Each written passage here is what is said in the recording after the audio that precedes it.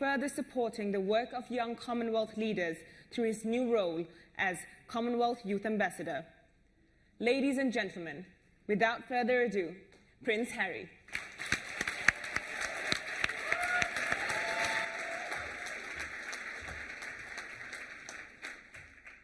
Hello and good morning, everyone. It's very exciting to be here with you today for the opening of the 11th Commonwealth Youth Forum. I'm particularly honoured to be speaking to a room of inspiring young leaders in my first speech as the Queen's Commonwealth Youth Ambassador. When I was reflecting on how to make the biggest impact with this new role, I turned to the ultimate source of guidance on all things Commonwealth, the words of the Queen herself. On the day of her 21st birthday, the then Princess Elizabeth gave an extraordinary radio address from Cape Town. With an eye on the future and an already unflinching sense of duty, she made a commitment. She said that whether her life be long or short, it would be dedicated to the service of the people of the Commonwealth. All of us here today can be grateful that it is a long life that the Queen is still enjoying. Her Majesty's commitment has meant that the Commonwealth is a thriving family of nations, a common link between nearly 2.5 billion people, and a defender of democracy, justice, and peace.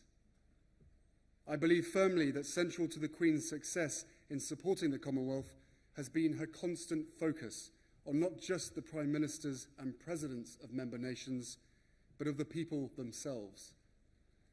From that speech in 1947 onwards, she has known that young people really make the difference. Her call to action was for her fellow young people to lead the way in making the Commonwealth a more free, more prosperous, more happy, and a more powerful influence for good in the world. As I travel around the Commonwealth in my work on behalf of the royal family, it is striking to see just how different today's generation of young adults are. You are connected. You have made positive use of technology to build relationships within your communities, nations, and across the globe. You care. You want your nations to be cleaner, your planet to be greener, your friends and neighbours to be treated fairly and with respect, no matter their ethnicity, their religion, or their status. You are optimistic. The complicated challenges we face, climate change, inequality, conflict, they do not discourage you. Rather, they inspire you to persevere and effect change.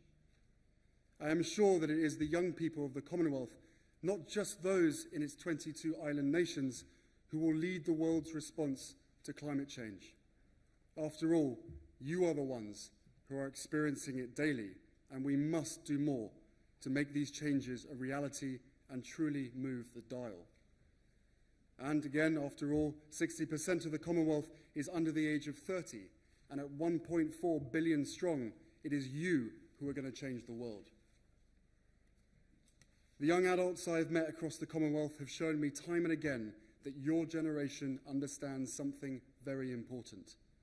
That to tackle a big challenge, you need to focus on the root causes, not just the symptoms. Something my father has believed for years, yet something society still struggles with. This is what I have learned from people like Patrice Mandere, who I met in South Africa 2 years ago. Patrice was concerned about poor education and employment outcomes in rural and impoverished communities. What she realized is that one thing holding people back was a lack of formal identification documents that meant they couldn't sit their exams or apply for jobs. So she set up mobile clinics where people could take the vital step of registering for their citizenship. Patrice wasn't looking for a short-term fix. She was finding a long-term solution. As an environmentalist, Wenxi Chia wanted to persuade people to behave more responsibly in how they live their lives. She knew that the practice of pouring household cooking oil down the drain was badly affecting the water supplies to whole communities across Malaysia. But she knew that just telling people to stop wouldn't work. So she set about changing this behavior by offering free soap in exchange for used oil. She now recycles this used oil into eco-cleaning products and candles which are sold back into communities. This is just another example of changing mindsets and tackling an issue at its root. I know that serving as ambassador to young people, I'm going to try and have to keep up with you. I am working now to plan my first year in this role, and my hope is to convene young leaders from across the Commonwealth to discuss how best we can make Commonwealth platforms work for you and to ensure maximum impact. Both here in the UK and as I travel, my job will be to listen to you. My duty will be to ensure that your ideas, concerns, thoughts and hopes are heard. And my commitment will be to work with you to build better platforms for your leadership and to help you collaborate and form partnerships with your peers across nations. In my new role, I will work to support the Queen, my father, the Prince of Wales, and my brother, William, all of whom know that young people are the answer to the challenges of today. I am also incredibly grateful that the woman that I am about to marry, Meghan, will be joining me in this work, of which she too is hugely excited to take part in.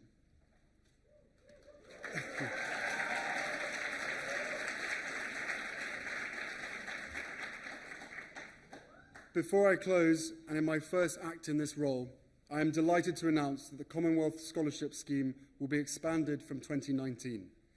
Thanks to the generosity of the United Kingdom and other Commonwealth countries, 150 new scholarships for study in low and middle-income countries will be made available by 2025.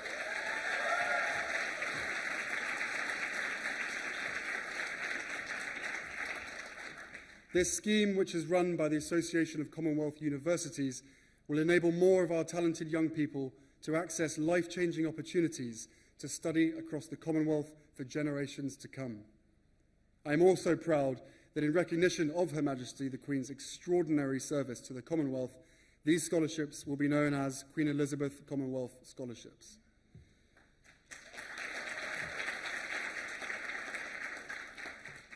And I want to end by thanking you. It is an honour to be the Queen's ambassador to a generation that inspires me every single day. I am here to support you, and I cannot wait to see what you are going to achieve together. Thank you.